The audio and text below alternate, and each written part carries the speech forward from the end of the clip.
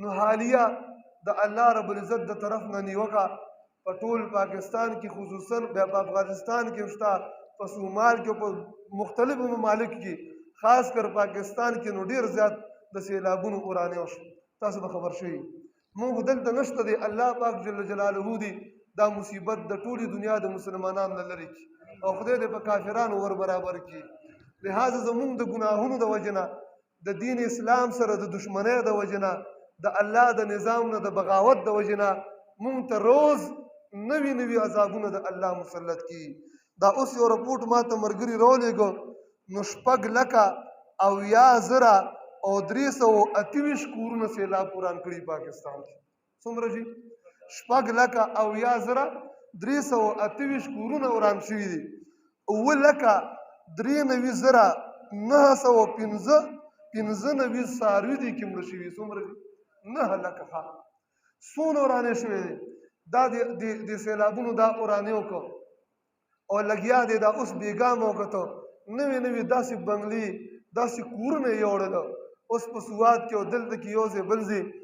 نو ما ته خو ملګري ټېلیفون وکړو، زما خپله هم دا جذبه وه چې انشاءالله د دغه خلکو لپاره یو ملګري بېګا ورکړو، زموږ پېژنګلو ملګري وایي صرف سرونه هم پاتې شول، نور کور کې هېڅ هم هر څه وړي دي.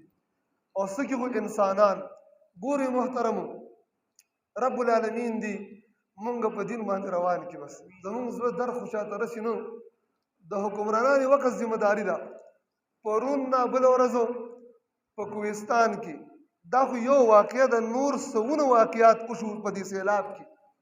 15 وروڼه د یو کور په یو کاڼي باندې ولاړ دي، 4 غنټې ولاړ. څومره دي؟ 15 وروڼه.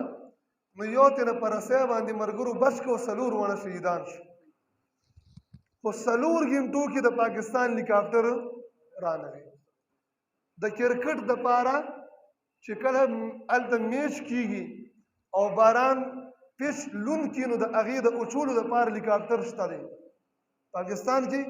د هغې د اچولو دپاره چې پیچ وشي کرکټیانو ته، نو هغې په هغه تیل هم شته، پیلټ هم شته، هلیکاپټر هم شته، هغه په ټول پیچ باندې ګرځوي چې دا پیچ وشي او خلک هغه کرکټ ته برابر شي.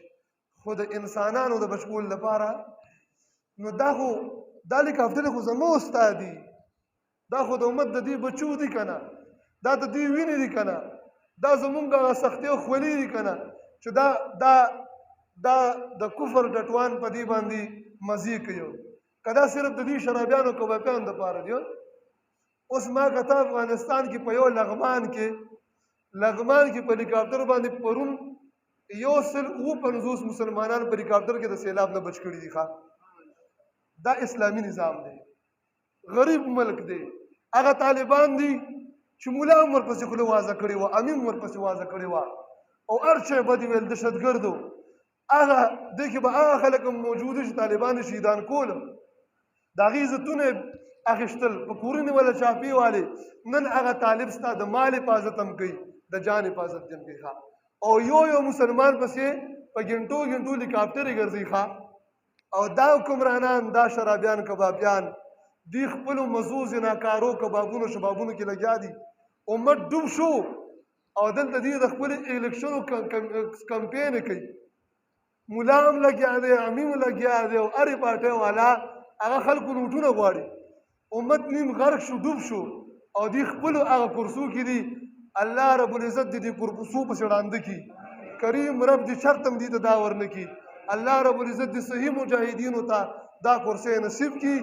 انشاءالله که مونږ په الله په دین غیرت وکړو، دغه ځینې زمونږ دي، مونږ به د قوم او د ملت او د دین حفاظت هم کوو انشاءالله، او مونږ به خدمت هم کوو انشاءالله.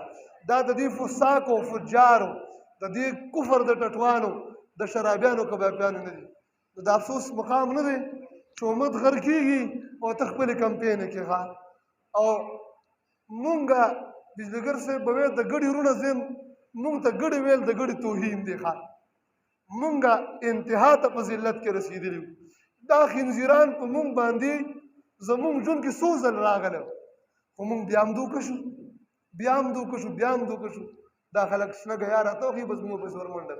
الله په دې مونږ حفاظت نصیب کړي. بهرحال زما مقصد دا چې اصل د حکمران کار دی، زمونږ اواز چې چاته هم رسي او کوم ځای ته رسي نو چا سره چې وس او طاقت رسي د سیلاب زدگان دپاره دي خپل کوشش وکړي د شاه صاحب دې طرف نه ما سره هغې په رابطه کې مونږ خپله انشاءالله د مازدیګر او 4 بجې دلته مشوره ده هم د دې تعاون په متعلق مشوره به کوو انشاءالله په دې غونډه علاقه کې یو کیمپونه برابرو د چندې لپاره اوس به دلته هم تاسو د خپل وس مطابق چنده کوئ چې د کوم سیلاب وهلي خلک دي مونږ ستاسو په پیسو باندې چا یو خیمه شوه یو بستره شوه چا دپاره یو ټیم روټۍ ورسېدله انشاءالله مونږ به تاسو به هغه شرعي ذمهداري هم د سر نه لرې شي او الله پاک ته به هم غاړه هم خلاصه شي او احسان صفت احسان باندې به عمل وشي انشاءالله نو ټول به انشاءالله تعاون کوو که نه کوم ملګري راتلی شي 4 بجې به دلته مشورې زما اراده ده انشاءالله چې په دې غونډه علاقه کې